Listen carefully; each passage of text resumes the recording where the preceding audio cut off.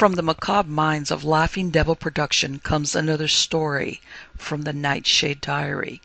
You know what that means. Check under the bed and make sure no one or nothing is there. Is the closet door securely shut? Then leave your disbelief behind, amp up your imagination, and hang on tight for another ride into terror and mystery. And like all good horror stories, just imagine it's a dark and stormy night. And remember, screaming like a little girl is permitted.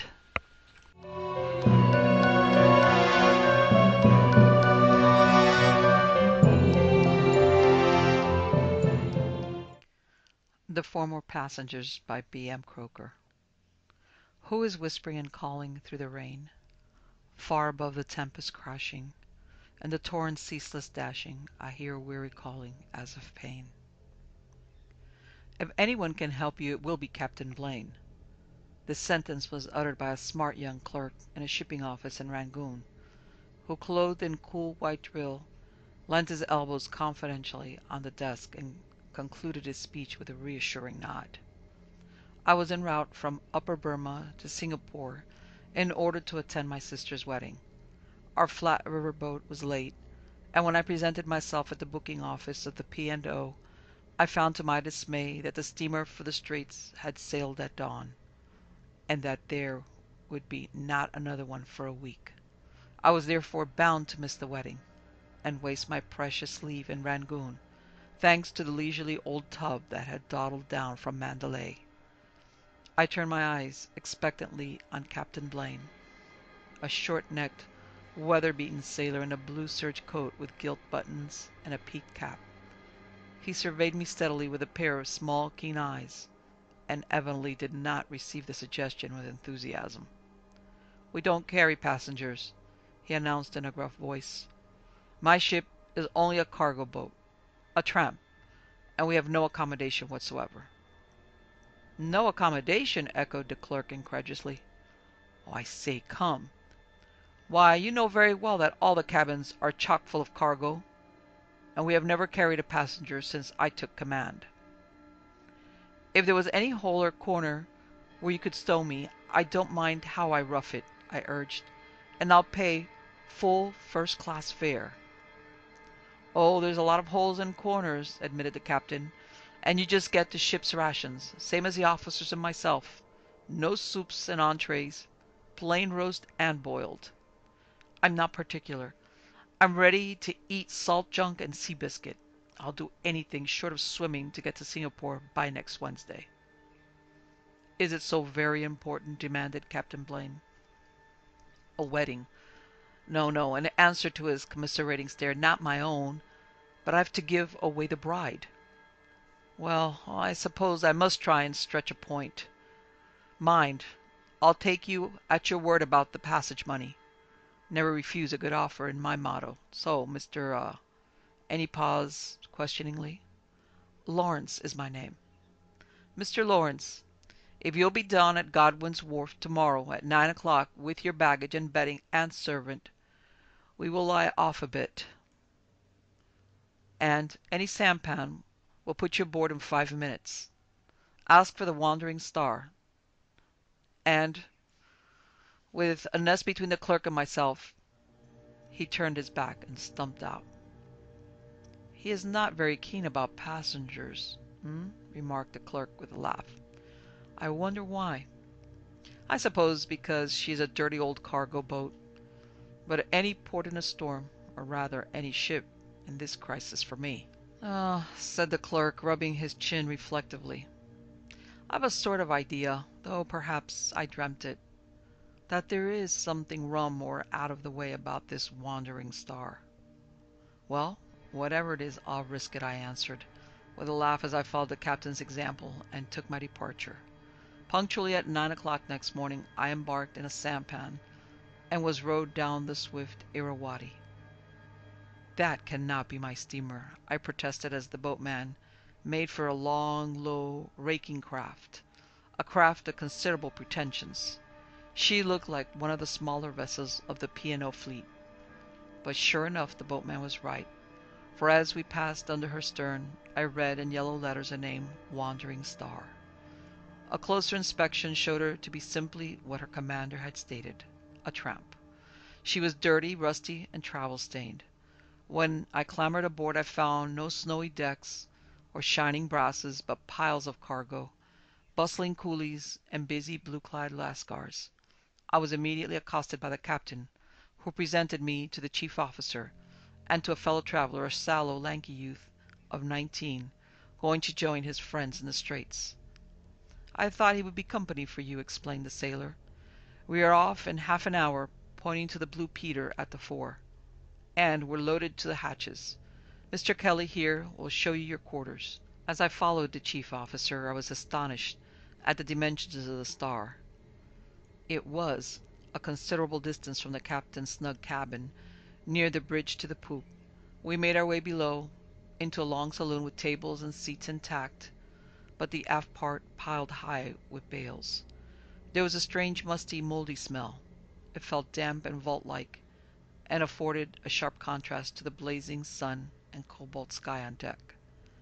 As my eye became used to the gloom, I noticed the lavish carving, the handsome mahogany and brass fittings, the maple wood doors and panels, the remains of better days. My cabin contained 2 bunks, and in one of these my servant, a Madras butler, called Swami, had already arranged my bedding. "I wonder you don't carry passengers," I remarked to Mr. Kelly. "What a fine saloon! I should have thought it would have paid well." "She carried hundreds in her day," he said complacently. "You see, there is where the piano was hitched, and there the swinging lamps and bookcases. But all the same, it would never pay us to take passengers." And he laughed, an odd sort of laugh. "We are not a regular liner, you know, trading between 2 ports. Regular liners look on us as dirt, but lots of 'em would give a good deal for our lines and our engines. There's some of them I would not send my old boots home in. We pick up cargo as we find it. One time we run to Zanzibar, another to Hong Kong, another to the Cape, or maybe Sydney. I've not been home these 3 years. I hope you'll find your bunk comfortable. The youngster's opposite, just across the saloon. You know your way back." And having done the honors, he left me. Certainly the Star was much above her present business, and bore the remains of having seen better days. Even my marble washstand was not in keeping with a cargo steamer. I opened the next cabin. It was crammed to the door with freight, bird cages in this instance. Every cabin was no doubt similarly packed. I was not sorry to exchange the earthy, chill atmosphere below for the bright sunshine on deck. Soon we had weighed anchor and were moving smoothly down the rapid Irrawaddy, between high banks of tawny grass, gradually losing sight of the shipping, then of the Golden Pagoda, then of Elephant Point. Finally the Star put her nose straight out to cross the Gulf of Martaban. The sea was calm. We were well fed and found, and made a pleasant party of 6: the captain, first and second officers, the chief engineer, and 2 passengers. I slept like a top that night, and awoke next morning and found we were anchored off Mulmeen, with its hills covered with pagodas and palms. From Mulmeen we put to sea, and still the weather once more favored us.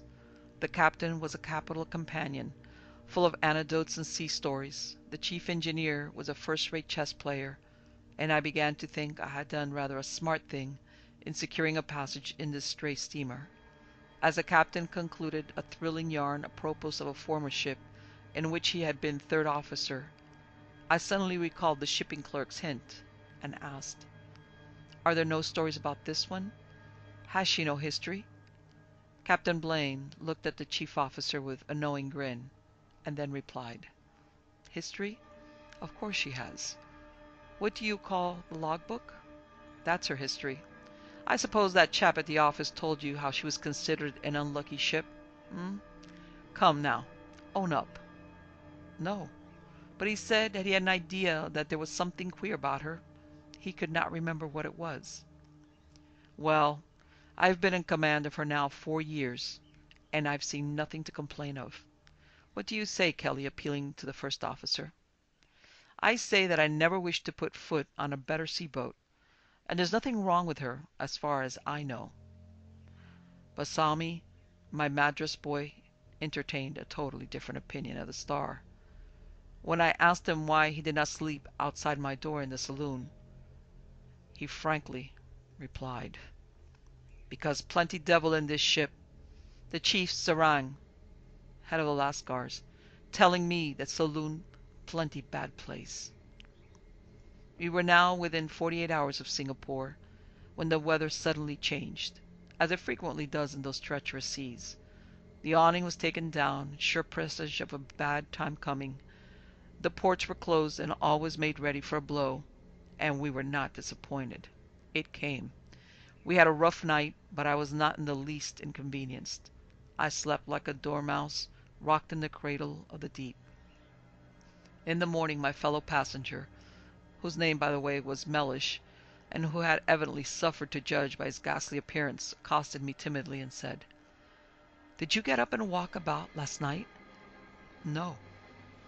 "Do you ever walk in your sleep?" he continued. "Not to my knowledge. Why?" "Because last night someone came and hammered on my cabin door and shouted, 'The ship's aground!' What do you think it can have been?" he asked with a frightful face. "I think there's no doubt that it was the hot tinned lobster you had for supper," I answered promptly. "No, no, no, it was not a dream. It woke me," he returned. "I thought it was you. Then I tried to think it was a nightmare, and I had almost brought myself to believe it and was dropping off to sleep, when a cold, cold, wet hand was passed slowly across my face," and he shuddered violently. "Lobster," I repeated emphatically. "No, no, Mr. Lawrence. I heard moaning and whispering and praying. I'm afraid to sleep in that cabin alone. May I come and share yours?" "There is no room," I answered rather shortly. "The top berth is crammed full of my things." At breakfast there was a good deal of movement, and now and then a loud splash upon the deck. The captain, who had been tapping the barometer, looked unusually solemn and said, "We are in for a bit of dirty weather, unless I'm mistaken. There's a cyclone somewhere about. I don't think we shall do more than touch the edge of it, and this is a stout craft, so you need not be uneasy." This was vastly reassuring. When the sky to the west changed from a lowering gray to an inky blank, the wind rose with a whimper that increased to a shriek. It lashed the sea with fury, lashed it into enormous waves, and laden as we were, we began to roll, at first majestically, then heavily, then helplessly. We took in great green seas over the bows. Tons of water discharged themselves amidships. I made us stagger and groan, but still through it all the engines thumped doggedly on.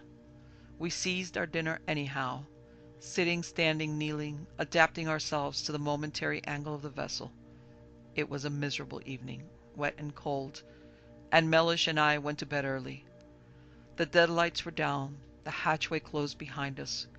We were entirely cut off from the rest of our shipmates for the night, and the saloon smelt more vault-like than ever. I turned away from Mellish's grey, frightened face, and stammering piteous inopportunities, shut myself into my cabin, bolted the door, went to bed, and fell asleep. Meanwhile the storm increased to a hurricane. The motion was tremendous. I was flung violently out on the floor as the Star made one awful plunge, and then righted itself. I was, needless to state, now thoroughly awake, and scrambling back into my berth, and clinging to the woodwork with both hands, lay listening to the roaring of the tempest, which rose now and then to a shrill shriek that had a terrible human sound. My heart beat fast, as my ears assured it that I was not merely listening to the raving of the gale, but actually to the piercing screams of women and the hoarse shouts of men. Just as I had arrived at this amazing conclusion, the door to the cabin was burst open, and an elderly man in his shirt-sleeves was hurled in. "She's going down," he bawled excitedly, "and the hatches are fast." I sprang up, and the next lurch shot us both out into the saloon. And what a scene did I behold by 3 lamps, that swung violently to and fro. Their fitful light showed me a large number of half-dressed strangers in the last extremity of mortal fear. There was the horrible, selfish pushing and struggling of a panic-stricken crowd, fighting their way towards a companion ladder. The wild, frenzied distraction people exhibit when striving to escape from some deadly peril. The tumult, the cries and shrieks of frightened women making frantic appeals for rescue, cries heart-rending to hear. Besides the dense struggling block at one end of the cabin, battling fiercely for escape, there were various groups, apparently resigned to their impending fate. A family at prayer, two men drinking raw brandy out of tumblers, Anaya beating her head upon the floor and calling Amram Wasami, an old lady with a shawl over her head and a Bible on her knee, a young man and a girl, hand locked in hand whispering last words, a pale woman with a sleeping child in her arms. I saw them all. I saw Mellish clinging to the saloon handrail, his eyes glazed with horror and gibbering like an idiot. The crash of broken crockery, the shrieks of despair, the roaring of the wind, the sullen thundering of the seas overhead, combined to make up the most frightful scene that could possibly be imagined. Then all at once, a beautiful girl with long dark hair, streaming over a white gown, rushed out of a cabin and threw herself upon me. Flinging her arms round my neck, she sobbed, "Oh, save me, save me! Don't let me die! Don't let me die!" Her wild, agonized face was pressed closely to mine. Her frantic clasp round my neck tightened like a band of steel. Closer, closer, closer. I was choking. I could not move or breathe. She was strangling me as she shrieked in my ear, "It is coming now! This is death!" There was one awful lurch, a grinding crash, a sinking sensation, a vice-like grip about my throat, and outer darkness. I was aroused in broad daylight by Sawami, who had brought my tea and shaving water. I was lying on the floor of the saloon, and he was stooping over me with a frightened expression on his broad brown countenance. "At first I thinking master dead," was his candid announcement. "Me plenty freighting. Why master lying here and no in bed? Why indeed?" A plunge of my head into cool water and a cup of tea brought me to myself, and then I flung on my dressing gown and hurried across the saloon to see what had become of the miserable Mellish. He was stretched in his berth with a life belt beside him, rigid and cold, and in a sort of fit. With brandy, burnt brown paper, and great difficulty, saw me, and I brought him round.